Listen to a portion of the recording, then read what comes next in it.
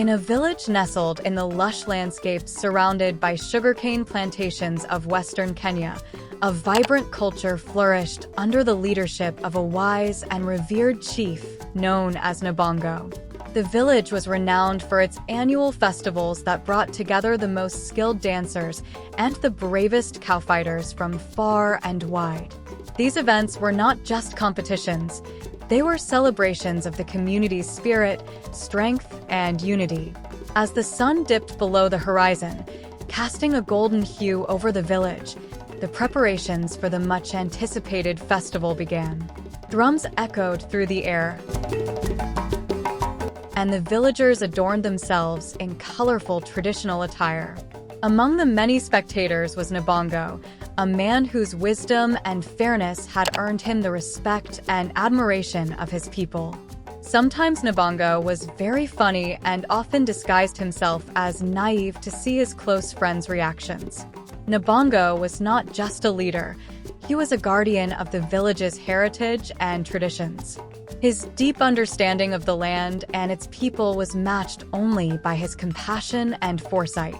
However, there was one thing that eluded him: a child of his own. Despite his many years of leadership and the love of his life, Nafula, by his side, they had never been blessed with a child. During the festival, as the dancers twirled and leaped with grace, and the cowfighters showcased their strength and skill, Nabongo's eyes were drawn to a young woman named Nia. She was not just beautiful, she possessed a radiance and vitality that seemed to enchant everyone around her. As she danced, her movements told stories of old, and her spirit seemed to breathe life into the very earth beneath her feet. Nabongo felt an inexplicable connection to Nia, a pull that went beyond mere attraction. As the festival came to an end and the village settled into the night, Nabongo found himself seeking Nia out. Their conversation flowed effortlessly, and over time, a deep bond formed between them. It was not long before Nabongo, with the blessings of the village elders and Nafula's understanding heart, took Nia as his second wife. Despite their joy, the longing for a child grew even stronger. Driven by this desire, Nabongo decided to seek the counsel of a shaman known for his ability to commune with the spirits. This shaman, however, was said to wield dark and mysterious powers, and his help came at a great cost. Under the cover of darkness, Nabongo and Nia approached the shaman's secluded hut at the edge of the village. The air was thick with anticipation and an unsettling silence. The shaman, with eyes that seemed to pierce through the soul, listened to Nabongo's plea. He agreed to help them but warned that the consequences of tampering with such forces were unpredictable and often perilous. Desperation outweighed caution, and Nabongo accepted the shaman's conditions. The ritual was performed under a moonless sky, with chants and invocations that seemed to draw the very essence of the night into the shaman's grasp. A potion was brewed, and Nia drank it with hope and fear intertwining in her heart. In the days that followed, Nia discovered she was with child. The village rejoiced, and Nabongo and Nia's happiness knew no bounds. However, their joy was short-lived. When the baby was born, it became clear that something was terribly wrong. The child, named Kito, grew at an alarming rate. Within hours, he looked like a toddler. By the end of the first day, he appeared to be a young boy. The villagers watched in awe and horror as Kito aged rapidly. On the second day, he seemed older than his grandfather, with wrinkles marking his once smooth skin and his hair turning white. Nabongo and Nia's joy turned to dread as they realized the gravity of the shaman's warning. Despite their efforts to understand and reverse the aging process, Kito continued to grow older with each passing hour.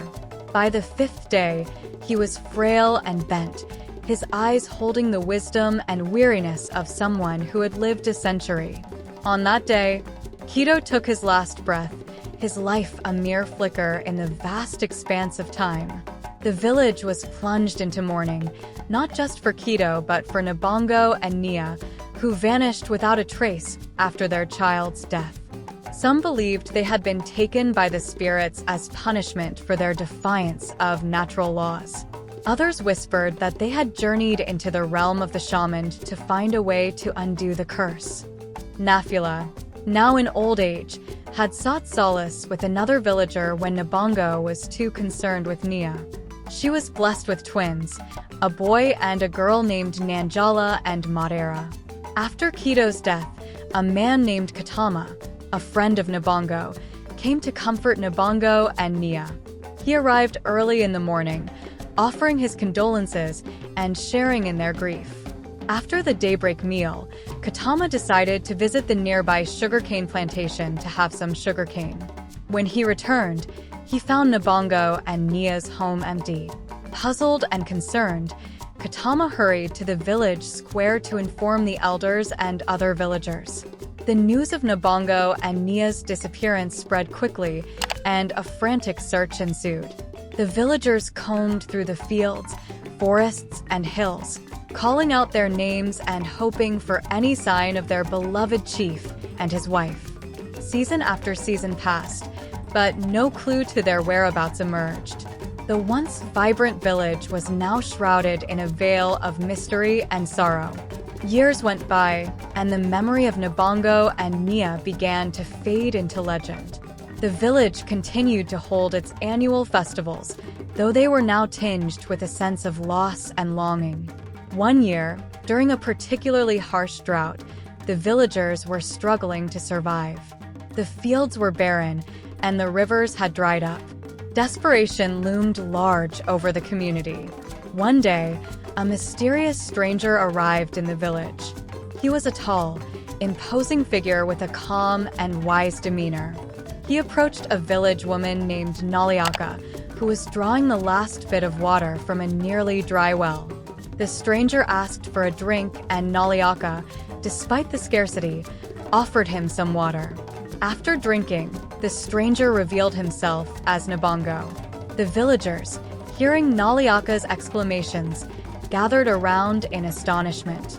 Nabongo, his presence commanding respect and attention, spoke to them about the importance of mourning and honoring the dead. He instructed them to mourn for a week and to slaughter a cow in honor of their deceased kin. This ritual, he explained, would chase away the spirit of death and cleanse the village. Nabongo also emphasized the need for unity and sharing. He urged the villagers to share everything they had equally, especially food. By doing so, he promised that the rains would return and the drought would end. His words resonated deeply with the villagers, who had long revered his wisdom. After delivering his message, Nabongo disappeared as mysteriously as he had arrived. Naliaka took his words to the village elders, who, after much deliberation, decided to follow Nabongo's instructions. The villagers gathered to mourn for a week, slaughtering a cow and sharing the meat and their remaining provisions equally among all. As they performed the rituals and shared their resources, the skies began to change. Dark clouds gathered, and soon, the heavens opened up, pouring life-giving rain onto the parched land. The drought ended, and the fields once again flourished with crops. The rivers swelled with fresh water, and the village was revitalized. The villagers were overjoyed, and their faith in Nabongo's wisdom was reaffirmed. They continued to honor his teachings, ensuring that they shared their resources and performed the necessary rituals to keep the village blessed and prosperous. Years turned into decades, and Nabongo and Nia's disappearance remained a mystery. Some believed they had transcended the mortal realm, their love and wisdom guiding the village from beyond. Others claimed to see their spirits wandering the outskirts of the village on moonless nights, a testament to their enduring bond and the lessons they left behind. The village in western Kenya continues to celebrate its festivals, dance to the rhythms of the earth, and remember the wise Nabongo. His story is etched into the very fabric of their culture, a reminder of the power of love, the perils of desperation, and the mysteries that lie beyond the veil of the known world. The tale of Nabongo and Nia is shared from generation to generation, a beacon of hope and a guide to living in harmony with the natural and spiritual realms. Kindly subscribe and follow for more stories.